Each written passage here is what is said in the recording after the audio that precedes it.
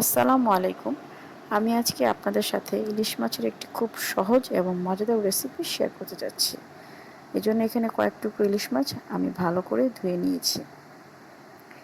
এরপরে হচ্ছে আপনারা মাছগুলোকে লবণ এবং হলুদ দিয়ে একটু তেল দিয়ে সামান্য একটু পানি দিয়ে এটাকে জাল করে নেবেন, মানে মাছটুকু সেদ্ধ হওয়ার জন্য। আপনারা চাইলে এই মাছটাকে আপনাকে ভেজেও নিতে পারেন। জাল করে নেওয়ার পর যখন পানিটা শুকিয়ে যাবে তখন অনেকটা এরকম দেখা যাবে, বেশি পানিও রাখা যাবে না, বেশি পোড়া পোড়া করা যাবে না। পানিটা যখন এরকম শুকিয়ে যাবে তখন আপনারা এটাকে নামিয়ে ফেলবেন।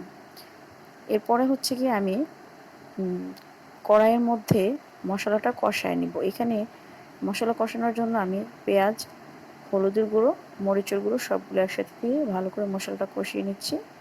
এরপরে হচ্ছে এখানে আপনি কলমি শাক অথবা ডাঁটা শাক আপনাদের পছন্দ মতো যে শাকটা আপনার খেতে বেশি ভালো লাগে বা বেশি বাসাতে পছন্দ করেন সেই শাকটা আপনার এখানে ব্যবহার করতে পারেন। তো আমার হাতের কাছে আজকে কলমি শাক ছিল, এই জন্য আমি কলমি শাক দিয়ে এটাকে রান্না করছি। কলমি শাকটাকে আমি সুন্দরভাবে এটাকে নাড়াচাড়া করে মশলার সাথে সম্পূর্ণটা অ্যাড করে দিব। তারপর হচ্ছে গিয়ে এই শাকটার মধ্যে একটু মরিচের গুঁড়ো একটু বেশি দিবেন, তাহলে ঝালটা হলে এই রান্নাটা খেতে ভালো লাগে। আমি ঢেকে দিয়েছিলাম, ঢাকনা ওঠানোর পরে আরেকটু নাড়াচাড়া করে দিয়েছি।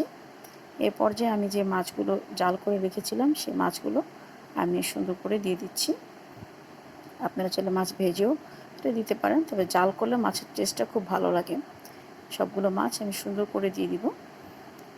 দেওয়ার পরে এখানে আপনি একটু হালকাভাবে একটু নেড়ে দিবেন, আর সাথে একটু পানি অ্যাড করে দিবেন।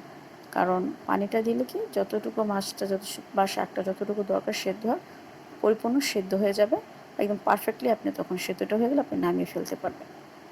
আমি যে একটু হালকা করে নেড়ে দিচ্ছি যাতে করে মাছগুলো ভেঙে না যায়।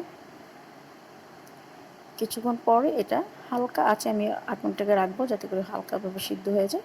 কিছুক্ষণ পরে আমি এটা নামিয়ে ফেলেছি। নামানোর পরে আমার মাছটা এরকম হয়েছে। আপনারা অবশ্যই বাসায় ট্রাই করবেন এবং আমার চ্যানেলটি সাবস্ক্রাইব করবেন।